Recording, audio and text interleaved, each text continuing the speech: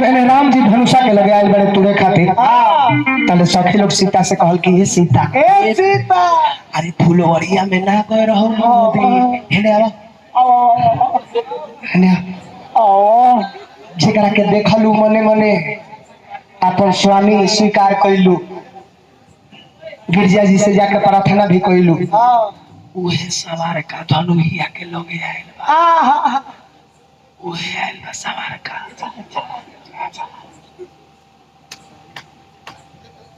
हे सूरज भगवान ऐसा और कृपा होके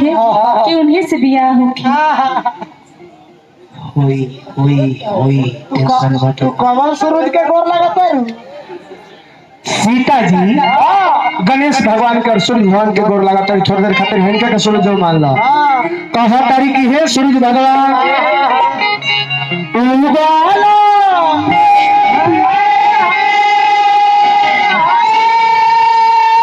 अरे सूरज बाबा हो तोहरो लागी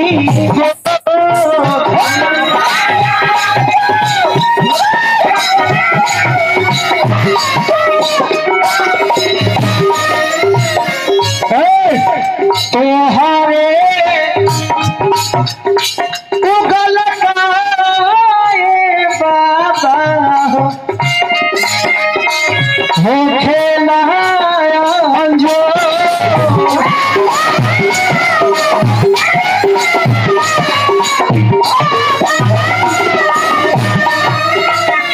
सीता जी का कहतरी जारी के दुखिया ये बाबा हो माई सपना मो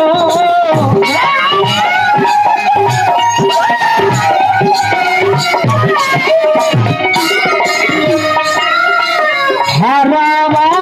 के पूरा से बाबा हो जन्मवा भाई ले मो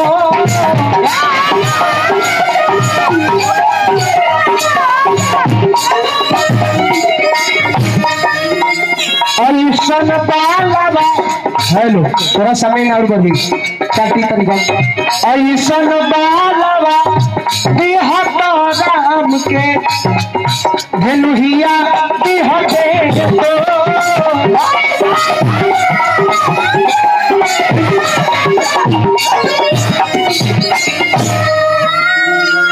सीता जी ने गोर लागताड़ी अब तब तक ने प्रभु श्री रामचंद्र जी धनुहिया के लगे गोल बनी हाँ परिक्रमा कैले बनी चार गो बात मन में विचार कैला के बाद में कुल देवता का प्रणाम कर तो धनुष पर हाथ लगो नहीं लगाओ फड़ाम से एगो ही है एगो हूं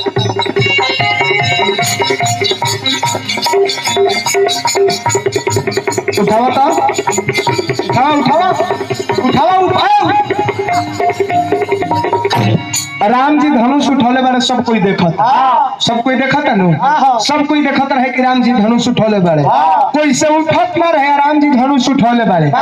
राम जी के धनुष उठाओ सब कोई देखल आ को वहां के तोड़ देनी मोरो कर के मोरा हाथ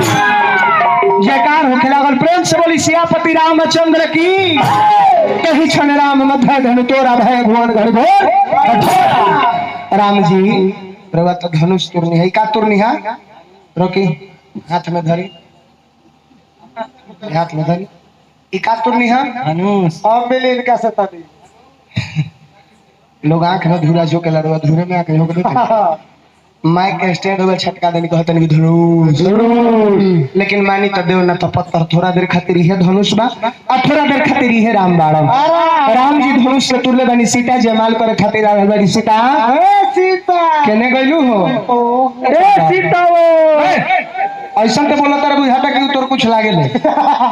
अरे सीता के बड़का नानी भइल बड़ी आगे निकलो लो आगे निकलो फ्रंट पर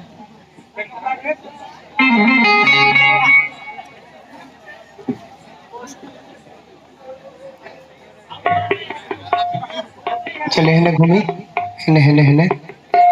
सीता आवा है जवाब केने कहो तने और हने बढ़ जा सभे के लोग के चाहे ओठ में उठ सटावा हाँ किया अब गे तो लागत से सुंदर श्याम सुंदर लेखा वाह सुंदर अरे महाराज जी के हमें जे सजाओ तरे के हाँ के सजावेला तो मालूम नहीं के पहनावा धोती पहना तो जल्दी भगवान श्री राम के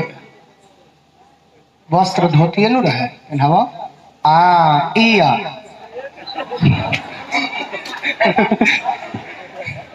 अरे महाराज ससुर नु धोती पहनावेला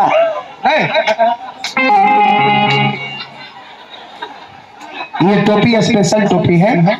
जो कि इंग्लैंड से मंगाया गया है। इस टोपी में 2-3 फायदे हैं। पहला फायदा क्या है आप कहीं जाइएगा और इसे पहन लीजिएगा तो कभी भीजिएगा नहीं। पहल का फायदा। दूसरा का फायदा ये है कि 5-10 हजार 20 हजार 30 हजार किसी का आप कर्जा लिए हैं, आपके पास पैसा नहीं है और संयोग से देखे कि कर्जा वाला सामने आ रहा है तो आप तुरंत टोपी को ऐसे कर लीजिएगा,